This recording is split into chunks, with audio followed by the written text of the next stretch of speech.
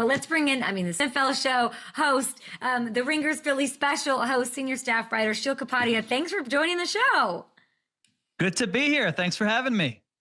Dude, you're so smart. And you're the perfect person for FanDuel Futures Day because you've got it on lock. You've got top 5 list, stuff that like I'm terrified to do. You put it out there. You've got, let's take a look, the Bills, the Ravens, the Niners, the Packers, and the Bengals as far as your offensive rankings for 2025. Okay, I love the Niners offense. I think that this surprised people, I imagine. Okay, a lot of injuries here. What has you so high, even given the receiver issues?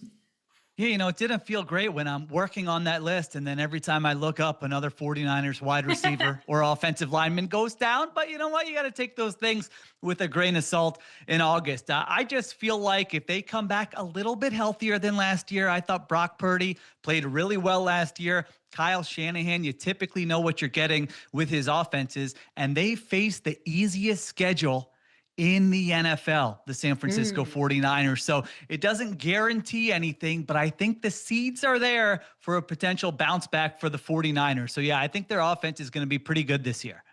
Niners, the favorites in the West, of course, on FanDuel Sportsbook. Go get your futures in there. You have the Seahawks as your #1 defense in the league.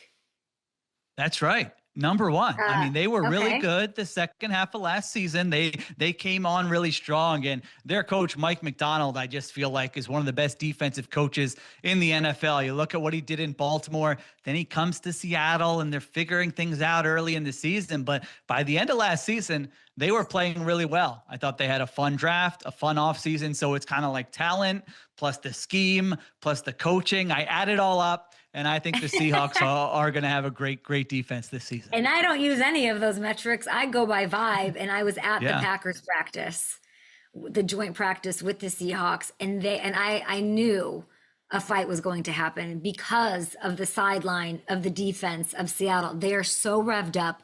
Witherspoon, they were in mid-season form at a joint practice in the middle of Lambeau in Green Bay. So they have that feistiness, that intangible that you're talking about. So now if we have one of the best, if not the best, which you're saying, defense, and we have a top offense in the Niners and the Rams, you can't really sleep on them, or I don't really know what to make with the Stafford thing. Who wins the West?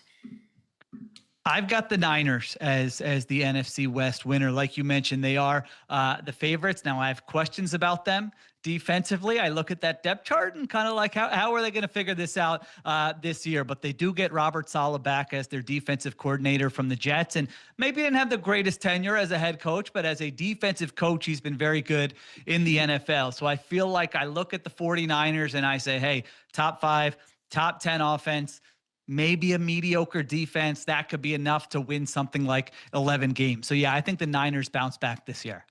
Okay, let's get down to business, Sheil. I want some picks. I want who's making the playoffs. And our FanDuel customers can tail you. They can use their boosts over the next couple of hours. Again, guys, it's Futures Day, 24 hours, but it's going in and out. You got to get on there and get locked in. I want to start with the NFC. Who do you have for me?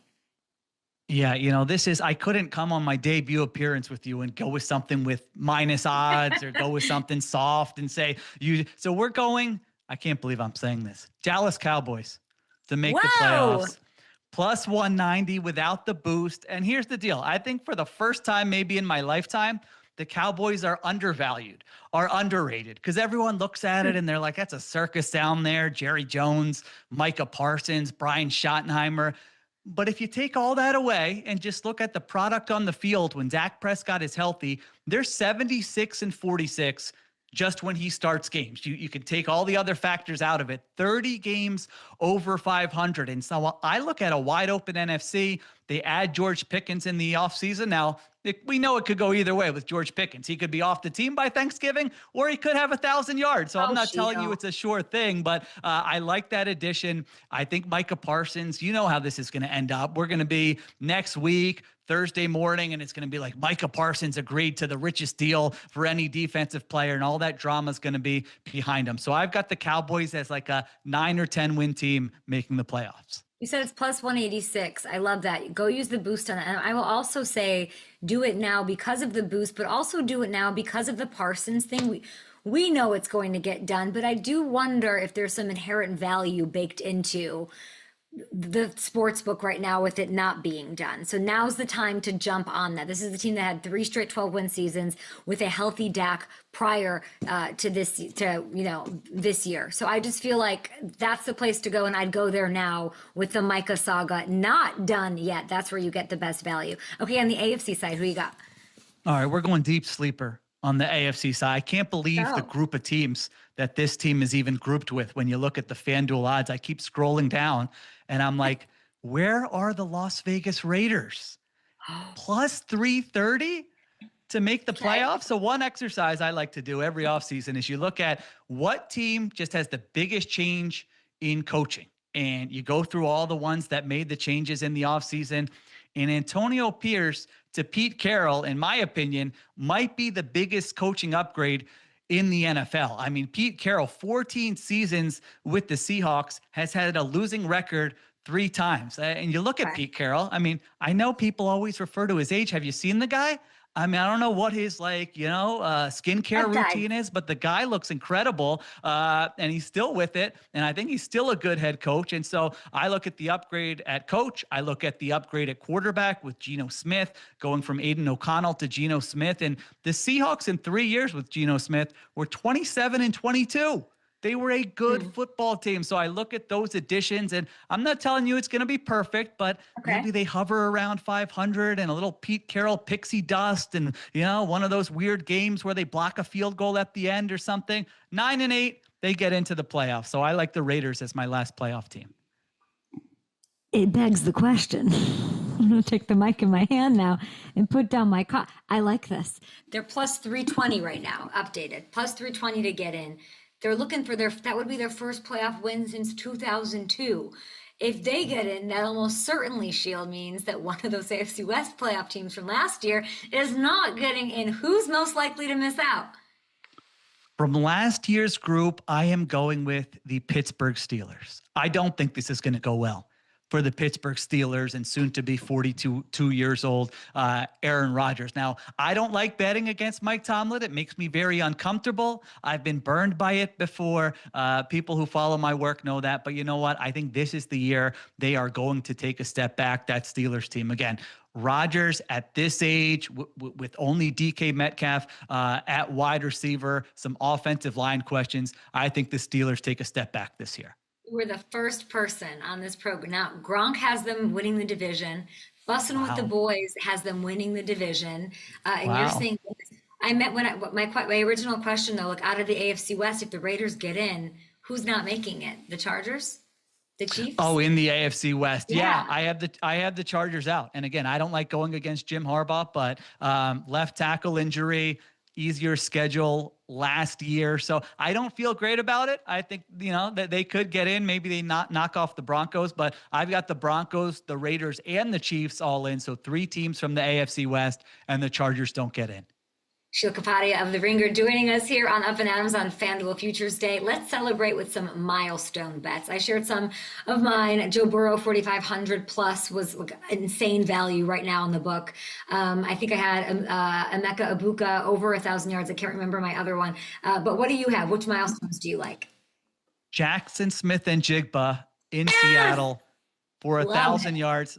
Yeah, I mean, he's incredible. Minus 110. Just look at their offense. I mean, he is far and away their number one target when you look at kind of the depth chart there in Seattle. And so I think he's going to get a lot of targets. He had over 1,000 yards already last season. He's a very efficient wide receiver, catches everything, gets open, a quarterback's best friend there in Sam Darnold. And so I think Jackson Smith-NJIGBA, as long as he stays healthy, I have a hard time seeing him not getting 1,000 yards there. And he had his best career game when DK was hurt week 9. He had over 1,100 yards last year. You had Tyler Lockett and DK there. I love this pick. What else you got? Calvin Ridley in Tennessee, 1,000 yards plus 100. He's had over 1,000 yards in 3 of his last 4 seasons. The only exception was a season in which he played 5 games. And it's a lot similar to Jackson Smith-NJIGBA. It's like he is the clear-cut number 1 target on that offense. So rookie quarterback in Cam Ward, I think he's going to throw the ball downfield. I think he's going to target Calvin Ridley quite a bit. And I think Calvin Ridley is going to have 1,000 yards this season, and that plus 100 is going to cash.